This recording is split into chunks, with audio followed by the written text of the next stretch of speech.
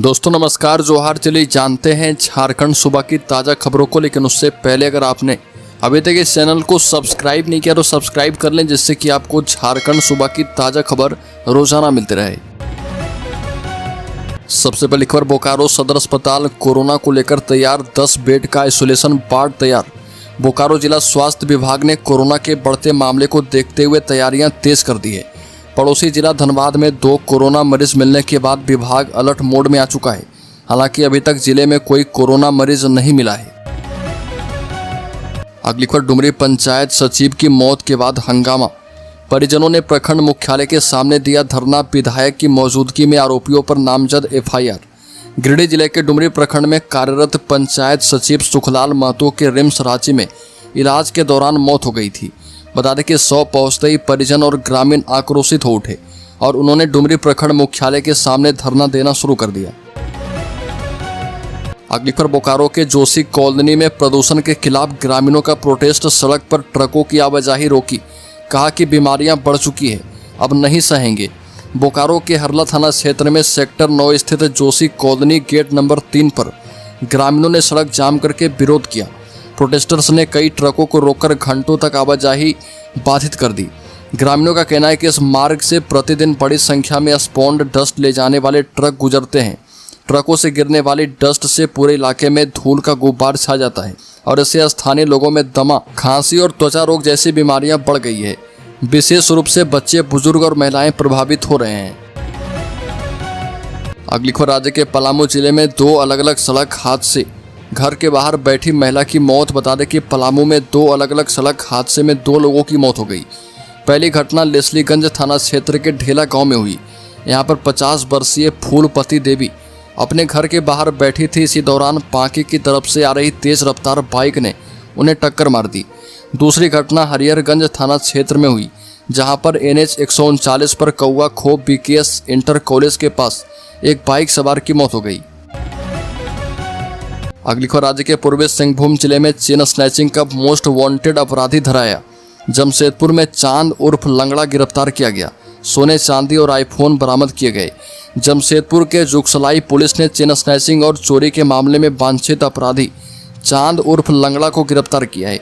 आरोपी के खिलाफ जमशेदपुर और सरायकेला जिले में 8 से 10 मामले दर्ज हैं। इन मामलों में चेन स्नैचिंग और घरों में चोरी की वारदातें शामिल है।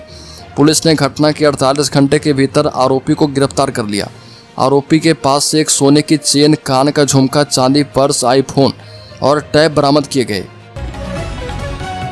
अगली खबर, कोलकाता जयनगर ट्रेन में महिला से लूटपाट, चेन पुलिंग कर भागे बेगूसराय के 2 बदमाश गिरफ्तार। कोलकाता से जयनगर जा रही ट्रेन संख्या 13135 में एक महिला यात्री से लूटपाट की घटना सामने आई। सालानपुर ROB के पास बदमाशों ने ट्रेन की चेन खींचकर महिला का पर्स छीन लिया। पर्स में 10,400 रुपये और एक मोबाइल फ़ोन था। महिला अपने बेटे MD अजहर के साथ कोच नंबर B4 में बर्थ नंबर 42 और 43 पर यात्रा कर रही थी। अगली खबर, धान व्यापारी पर गोलीबारी मामले का खुलासा। राज्य के गुमला जिले में 48 घंटे में 2 आरोपी गिरफ्तार। गुमला के रायडी थाना क्षेत्र के कांसीर बाजार में धान व्यापारी राजकुमार साहू पर गोलीबारी और लूट का मामला सुलझा लिया गया। पुलिस ने 48 घंटे के अंदर 2 आरोपी को गिरफ्तार किया है। SP हरीश बिन चमा ने प्रेस वार्ता में पूरी जानकारी दी। उन्होंने बताया कि मांझाटोली निवासी दीपक मुंडा और महेंद्र उरांव को गिरफ्तार किया गया है। आरोपियों से एक लोडेड पिस्टल, एक देसी कट्टा और 3 जिंदा कारतूस बरामद किए गए। इनके पास से लूट के 72,000 रुपये बरामद किए गए हैं। अगली खबर, धार्मिक यात्रा का सुनहरा मौका, भारत गौरव ट्रेन 27 जुलाई से तिरुपति, रामेश्वरम समेत कई तीर्थ स्थलों की करवाएगी सैर। IRCTC ने धार्मिक स्थलों की यात्रा के लिए भारत गौरव पर्यटक ट्रेन की बुकिंग शुरू कर दी है। यह ट्रेन 27 जुलाई 2025 को भागलपुर से रवाना होगी। 12 दिन की इस यात्रा में तिरुपति बालाजी, रामेश्वरम, मदुरई, कन्याकुमारी और मल्लिकार्जुन ज्योतिर्लिंग के दर्शन करवाए जाएंगे।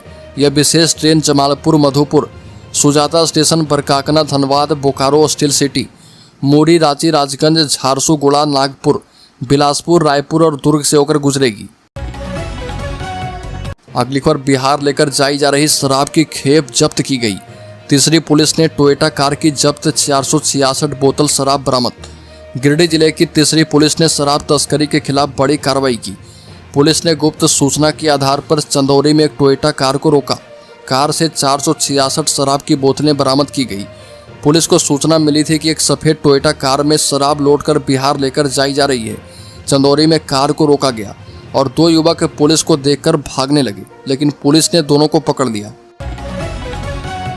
अगली खबर राज्य के पाकुड़ के पचुवाड़ा कोल ब्लॉक में काम ठप। पाकुड़ जिले के अमड़ापाड़ा थाना क्षेत्र स्थित पचुवाड़ा नॉर्थ कोल ब्लॉक में कोयला खनन और ट्रांसपोर्टेशन काम ठप हो गया। क्षेत्र के ग्रामीणों ने जमीन के पूर्ण मुआवजा भुगतान, खनन के बाद समतलीकरण और अन्य बुनियादी सुविधाओं की मांग को लेकर विरोध प्रदर्शन शुरू कर दिया है और ग्रामीण डुगडुगी बजाते हुए खनन स्थल पहुंचे और सभी गतिविधियां रोक दी। अगली खबर आजसू छात्र संघ 22 जून को बलिदान दिवस मनाएगा। आजसू पार्टी के वरिष्ठ नेता और आंदोलनकारी प्रवीण प्रभाकर ने रांची स्थित केंद्रीय कार्यालय में आयोजित आजसू छात्र संघ की बैठक को संबोधित किया। उन्होंने कहा कि 22 जून को बलिदान दिवस के माध्यम से राज्य के नवनिर्माण के लिए हुंकार भरेंगे। श्री प्रभाकर ने कहा कि झारखंड राज्य के निर्माण में छात्रों और युवाओं की ऐतिहासिक भूमिका रही है और अब समय आ गया कि वो पुनः जनता के हक और अधिकारों की लड़ाई में आगे आएं। बैठक की अध्यक्षता आजसू संघ के प्रदेश अध्यक्ष ओम वर्मा ने की, जबकि संचालन कार्यकारी अध्यक्ष बबलू महतो ने किया है। अगली खबर जनगणना अधिसूचना पर झारखंड मुक्ति मोर्चा का हमला, एनपीआर को बताया साजिश। झारखंड मुक्ति मोर्चा के केंद्रीय महासचिव एवं प्रवक्ता सुप्री भट्टाचार्य ने केंद्र सरकार पर जनगणना अधिसूचना को लेकर बड़ा हमला किया है। प्रेस कॉन्फ्रेंस में उन्होंने हाल ही में जारी जनगणना संबंधित अधिसूचना को भ्रामक और राजनीतिक साजिश करार दिया। भट्टाचार्य ने कहा कि जम्मू कश्मीर, लद्दाख, हिमाचल प्रदेश और उत्तराखंड में जनगणना कार्य 1 अक्टूबर 2026 से शुरू होगा, जबकि देश के अन्य हिस्से में यह प्रक्रिया 1 मार्च 2027 से शुरू की जाएगी। जनगणना 2 चरणों में आयोजित की जाएगी। अगली खबर छूटी हुई कैंसिल योग दिवस पर खुले रहेंगे सभी स्कूल। 21 जून को अंतर्राष्ट्रीय योग दिवस के अवसर पर झारखंड के सभी सरकारी स्कूल खुले रहेंगे। इस दिन सभी स्कूलों में योग संगम का आयोजन किया जाएगा, जिसमें स्कूल के सभी बच्चे, शिक्षक और विद्यालय प्रबंध समिति के सदस्य योग करेंगे। इस संबंध में राज्य के स्कूली शिक्षा एवं साक्षरता विभाग के द्वारा निर्देश दिया गया है। मालूम हो कि राज्य के सरकारी स्कूलों में हर महीने के तीसरे शनिवार को अवकाश होता है, लेकिन योग दिवस के अवसर पर यह छुट्टी रद्द की गई। अगली खबर टाटा स्टील प्लांट में बड़ा हादसा, लोगों की चपेट में आया ठेका मजदूर। झारखंड में जमशेदपुर स्थित टाटा स्टील प्लांट के मार्शलिंग यार्ड में बीती रात भीषण हादसा हो गया। मार्शलिंग यार्ड के लॉजिस्टिक्स ऑपरेशन के दौरान घातक दुर्घटना में ठेका कर्मचारी 34 वर्षीय सुनील कुमार सिंह की मौत हो गई। जानकारी के मुताबिक सुनील सिंह मेसर्स राइट्स के ठेका कर्मचारी के रूप में प्लांट में कार्यरत थे। टाटा समूह की ओर से यह जानकारी दी गई कि 16 जून 2025 को लगभग 1:30 में यह हादसा हुआ। टाटा समूह के एक प्रवक्ता ने बताया कि अन्य विवरणों की प्रतीक्षा की जा रही है। अगली खबर क्षेत्रीय भाषा की सूची में मैथिली को नहीं मिला स्थान, सीएम को दिया जाएगा ज्ञापन। राज्य में झारखंड शिक्षक पात्रता परीक्षा के लिए जिला नियोजन नीति में क्षेत्रीय भाषा की सूची में मैथिली को किसी जिला में नहीं जगह मिलने से मैथिल समाज में आक्रोश है। मैथिली भाषा संविधान की 8वीं अनुसूची में होने के साथ ही झारखंड राज्य की द्वितीय राज्य भाषा की सूची में भी शामिल है। अंतर्राष्ट्रीय मैथिली परिषद झारखंड सह संयोजक मैथिली भाषा संघर्ष समिति झारखंड के प्रदेश अध्यक्ष अमरनाथ झा ने कहा कि झारखंड की नियोजन नीति में मैथिली को शामिल न होने के कारण पुनः समाज के लोग जन जागरण अभियान चला रहे। अगली खबर बाबूलाल मरांडी ने कहा कि विकसित कृषि संकल्प अभियान को जन जन तक पहुंचाएं। नेता प्रतिपक्ष बाबूलाल मरांडी ने कहा कि विकसित कृषि संकल्प अभियान को जन जन तक किसान मोर्चा पहुंचाएं। वर्तमान में चल रहे विकसित कृषि संकल्प अभियान के तहत कृषि वैज्ञानिक गाँव में जाकर किसानों को आधुनिक एवं प्राकृतिक खेती के लिए प्रशिक्षण दे रहे। प्रगतिशील किसानों को जैविक खेती, प्राकृतिक खेती एवं बाजार से जुड़ने के नए विकल्पों की जानकारी दी जा रही है।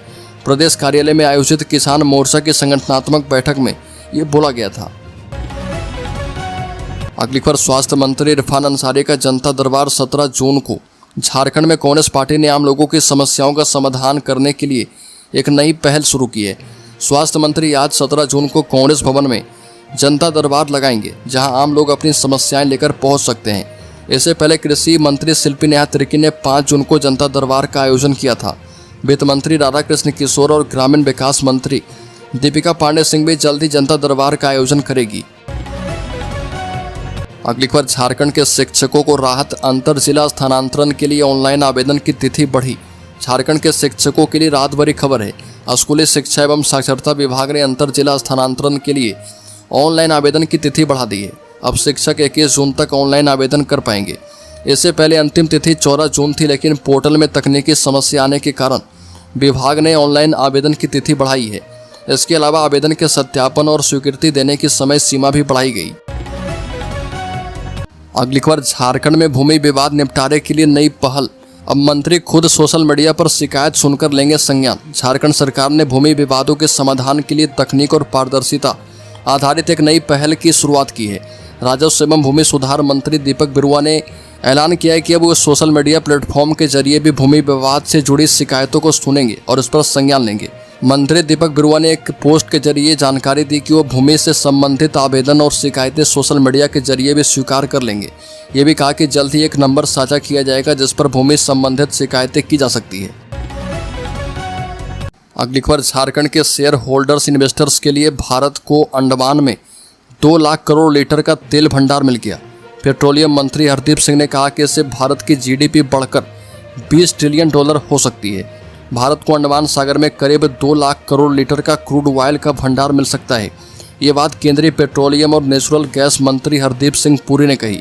अगर खोज और शोध में यह अनुमान सही निकला तो भारत की जीडीपी एक झटके में $3 ट्रिलियन से बढ़कर $20 ट्रिलियन हो सकती है।